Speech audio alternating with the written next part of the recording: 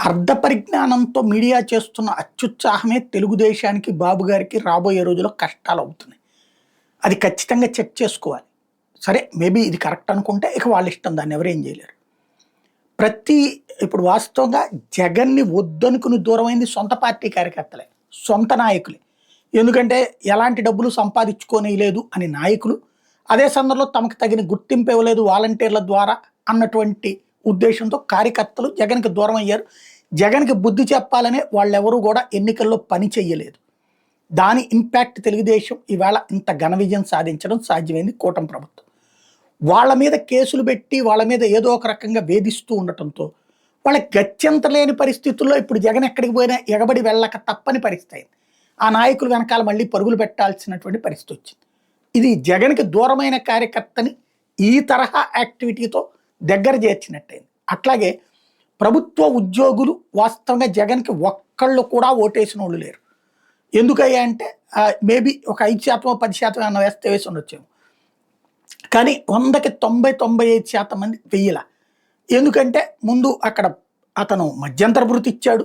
కానీ 27%ని తర్వాత 23%కి తగ్గిస్తూ ఆ డబ్బులు వెనక్కి తీసుకోవాలని ప్రయత్నించడం. అట్లాగే ఒక ఉపాధ్యాయులకు వచ్చేటప్పటికి రూల్స్ ప్రకారం ఫాలో అవ్వమని చెప్తే అది వాళ్ళ కోపమైంది. అట్లాగే ఇటు ఉద్యోగులకి రకరకాల అంశాలు కోపమైంది. వాళ్ళందరూ కూడా ఆగ్రహించడంతోనే జగన్ దారుణ ఓటమికి కారణమైంది. ఇప్పుడు అదే ఉద్యోగుల్ని తెలుగుదేశం ఉద్యోగి, వైసీపీ ఉద్యోగి ఏంటి? వైసీపీ టైంలో ఒక వెలిగిన ఉద్యోగి, లేకపోతే వైసీపీ టైంలో ఉన్నోళ్ళే మళ్ళీ ఇస్తున్నారంటే ఉద్యోగులు ఏమన్నా పక్క రాష్ట్రం నుంచి వస్తారా, పక్క దేశం నుంచి వస్తారా, లేకపోతే పార్టీల నుంచి వస్తారా? రోజు ఇలాంటి పిచ్చి వార్తలు రాసి అదేంటంటే ఉద్యోగుల మధ్యన ఒక సంఘర్షణ ఉంటుంది. ఎవడికో పోస్టు కావాలి, ఆ పోస్టుకి తగిన అర్హత తన దగ్గర లేదు, తనకంటే అర్హత ఉన్నోడు ఉన్నాడు, వాడిని దెబ్బతీయాలంటే వాడికి వైసీపీ ముద్రేసేయాలి. అది పేపర్లో వాళ్ళకి చెప్తే ఈనాడు జ్యోతికి పొంకాను కథనాలు రాస్తాయి.